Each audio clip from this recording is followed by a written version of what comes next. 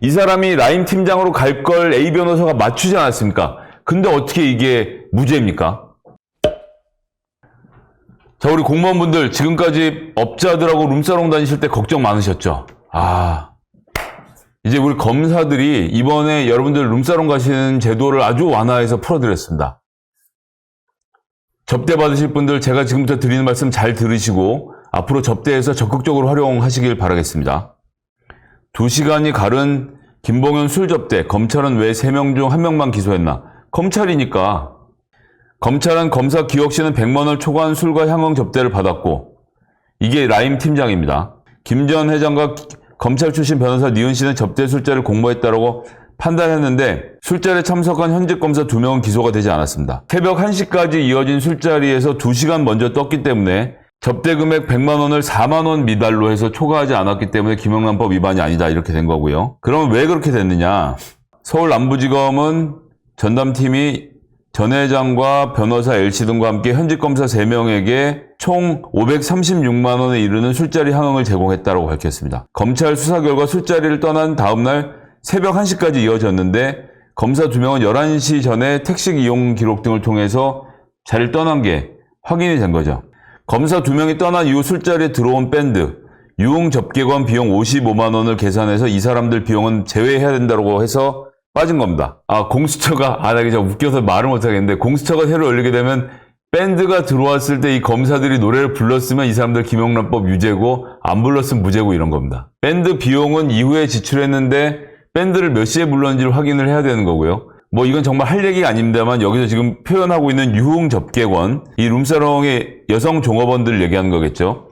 유흥 접객원에게 김봉현이 현금으로 팁을 줬을 경우에는 이 팁 비용이 또 김영란의 비용에 포함이 되게 됩니다. 근데 현재는 처음부터 같이 놀았고 11시에 먼저 떴고 2시간 따로 놀았는데 2시간 따로 놀은 비용을 다 합치면 536만 원이지만 11시까지 노는 것만 계산해서 2명은 빼겠다는 얘기를 하는 겁니다. 근데 이 이야기는 전조가 있었습니다. 이렇게부터 원래 된 게 아니고요. 자, 11월 25일 한국일보 기사입니다. 참석자 수와 머무른 시간에 따라 1인당 술값 달라질 수 있어.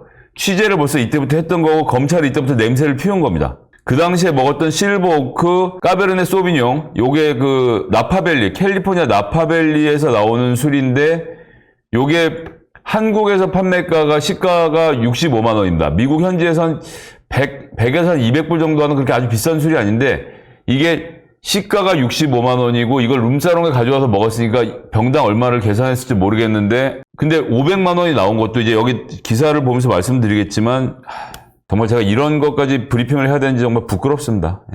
술 접대 시점인 지난 7월 18일 영수증을 확보하진 못했지만 그 다음날 A씨가 김 전 회장에 보낸 결제 요구 메시지 등을 통해 접대비를 파악했다. 왜 그러냐면요. 김봉현이 이 F술집에 대놓고 술을 먹어요. 그리고 이날만 해도 옆방에서 라임 관련된 다른 사람들이 또 술을 먹고 있었고 그래서 달로 막 끊어서 냅니다. 한 번에 가서 뭐 몇천만 원씩 돈을 주고 오는 거예요. 그래서 그날 카드 영수증이 없는 겁니다. 그래서 그 다음날 종업원이 김 회장한테 대표님 어제 드신 술값이 이러이러해요. 뭐 와인 몇 병 먹었고 뭐 얼마고 하는데 다시 말씀드리지만 유흥 접객원에게 참 말을 하기가 부끄럽네.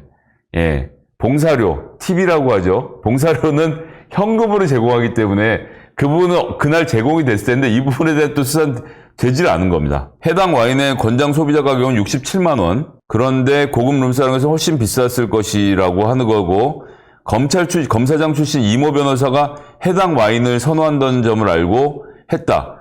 밴드비 봉사료가 포함된 종액에 해당 와인 가격이 포함된지 여부는 아직 포함이 안 됐다. 이런 거고요. 이 기사에 보십시오.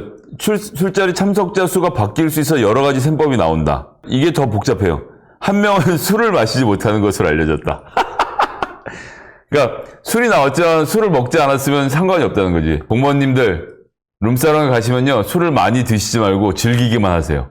그러고 나중에 검찰에 기소가 되면 제가 술을 잘 못해서 300만 원어치 양주를 시켰지만 실제로 마신 건 2잔이다. 이렇게 하면 김영란법 이하로 금액이 내려갑니다. 자세한 팁을 검사들이 알려주고 있는 거죠. 김 전 회장도 술을 마시지 않았는데 그러면 똑같이 술값을 물릴지에 따라 김영란법 적용 여부가 결정될 전망이다. 기자가 검사들 얘기 듣고 이런 기사를 쓴 거예요. 검사들은 현장에서 마신 술의 양에 따라서 김영란법을 적용하겠다는 얘기를 11월에 이미 하고 있었던 것이죠. 11월 25일에. 놀랍지 않습니까? 조선일보는 뭐라고 했느냐? 10월 27일에 김봉현이 주장한 술 접대 당사자 전원이 검사 없었다. 이렇게 했다는 겁니다.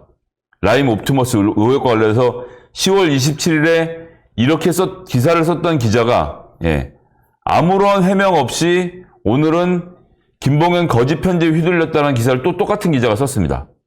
그 내용에 보면 짜맞추기 근거가 없다. 여기 보십시오. 검찰은 술값을 536만 원을 파악했고 김 씨는 술자리 참석 인원이 7명이라고 했다. 김영란법은 100만 원 이상 혐의를 받으면 처벌하는데 술을 먹지 않고 먼저 나갔다는 이유로 4명을 참석 인원에서 뺐다. 제가 조금 전에 얼개나 설명드렸죠. 그 얼개랑 상관없이 기사를 이따위로 써서 내니까 조선일보를 보는 사람들은 큰 죄가 아니네 생각을 하게 되는 겁니다. 이 사건의 본질은 검찰청에 여전히 입김을 작용할 수 있는 검사장 출신의 검사가 피의자와 함께 술을 마시면서 라임 사건이 문제가 되면 특수부에서 수사를 할 건데 얘네들 중에 하나가 할 거야 라고 하고 3명의 검사를 소집. 검사들은 아무런 부담 없이 검사장 출신의 변호사와 피의자가 함께 앉아있는 술집에, 그것도 룸사롱에 3명이 가서 11시까지 진탕 퍼마시고 놀고 밴드도 부르고 유흥적격도 부른 상태로 있었다는 것. 이것은 변하지 않는 겁니다. 게다가 검사장이 그 중에 한 사람이 결국은 라임 팀장으로 가게 돼서 맞춘 거죠. 그런데 뇌물죄는 적용하지 않았습니다. 왜냐하면 그 당시엔 라임 수사팀원이 아니었으니까. 그 당시엔 당연히 아니었죠. 그 당시엔 당연히 아니었지만 이 사람이 라임 팀장으로 갈 걸 A 변호사가 맞추지 않았습니까? 근데 어떻게 이게 무죄입니까? 뇌물죄 적용을 어떻게 안 할 수가 있습니까? 정말 말도 안 되는 일이 벌어지고 있는 것이죠. 해서 지금 빠져나가게 된 겁니다. 그러면서 지금 검사들은 뭐라고 얘기하느냐? 이 건에 대해서 이후에 징계 절차를 밟겠다라고 이야기를 하는 겁니다. 즉 100만 원 이하의 수수를 한 검사들에 대해서 징계 절차를 밟겠다고 한 건데 그게 될까요? 그게 왜 안 되는지를 페이스북 포스팅을 통해서 보여드리도록 하겠습니다. 현직 변호사의 포스팅인데요. 8년 전에도 비슷한 일이 있었다. 포항 지역 유흥업소 여종업원 8명이 연쇄 자살하는 일이 있었고 경찰이 여성들의 사체와 선불금 성매매 등 유흥업소 구조적 문제점을 얽혀 자살한 사실을 밝혀내고 업주들과 유착 경찰관, 성매매한 남성 검사들을 적발을 했습니다. 검사 3명이 여기 나왔습니다. 검사는 포항지청에 근무하던 박 검사, 권 검사, 이 검사. 이 검사들은 2009년 판사 출신의 김모 변호사로부터 룸사롱에서 수차례 향응 접대 받는 과정에서 성매매하는 혐의로 검찰에 체포가 된 것입니다. 하지만 이들 모두는 성매매 혐의에 대해서 강력히 부인하는 자술서를 제출했고 성매매 여성이 특정되지 않아서 처벌이 어렵다는 취지로 검찰에 송치가 됐습니다. 그 당시에도 성매매 혐의는 입증하기 어렵지만 변호사에게 향응 접대를 받은 것에 대해서는 징계 처분을 피하기 어려울 것이라고 말을 했죠. 그런데 위 검사 중 3명 중 1명은 사라지고 박 검사하고 권 검사만 징계를 받았습니다. 접대 액수는 박 검사 85, 권 검사 74만 원. 그 면직 처분을 받았죠. 근데 여기서 안 끝났습니다. 박 검사, 권 검사는 면직 처분 취소 소송을 제기하고 승소를 했습니다. 그때 서울고등법원 오석준 부장판사가 이렇게 얘기를 했습니다. 변호사로부터 부당한 청탁을 받은 것으로 보이지 않고 왜 부당한 청탁이 아닌지는 설명을 좀 이따 드리겠습니다. 술값의 일부나 전액을 자기가 부담하기도 했으며 향응 액수가 각각 85만 원, 34만 원 정도에 불과하다. 당시 향응이 직무와 관련된 것이란 인식도 없었다. 라임 사건이랑 똑같이 가는 거죠. 면직 처분은 징계 사유에 비춰 지나치게 과중하다. 자, 여기 말씀하시는 것처럼 김모 변호사에 주목을 해야 됩니다. 김모 변호사는 접대를 제공한 당사자는 판사 출신이었던 겁니다. 법원이 바로 판사 출신의 김모 변호사를 봐준 상태인 거죠. 그래서 불기소된 검사 2명의 미래는 박 검사와 권 검사를 보면 된다. 박 검사는 서울중앙지검 부부장 검사, 권 검사는 수원지검 부부장 검사. 이렇게 되어 있다는 이야기입니다. 즉 징계를 한다고 하지만 멀쩡하게 잘 근무를 하고 있습니다. 이번엔 룸사롱이었고 그때는 성매매 의혹까지 불거졌었지만 아무 일 없다는 듯 직장을 다니고 있죠. 이것들이 검사의 실체입니다. 공수처를 만들어서 수사해야 될 사건이 하루하루 지나면 지날수록 쌓여가고 있습니다. 공수처 반드시 만들고 이런 자들, 룸사롱에서 접대를 받고도 태연하게 빠져나가는 이 자들에 대해서 처벌하지 않는다면 검찰을 누가 바꾸겠습니까? 검사는 절대로 검사를 기소하지 않습니다. 검사는 검사를 기소하더라도 도망칠 구멍을 언제나 열어줍니다. 그것이 공수처의 존재 이유입니다. 꼭 공수처를 만들어서 이와 같은 문제를 잘 해결해 갔으면 좋겠습니다.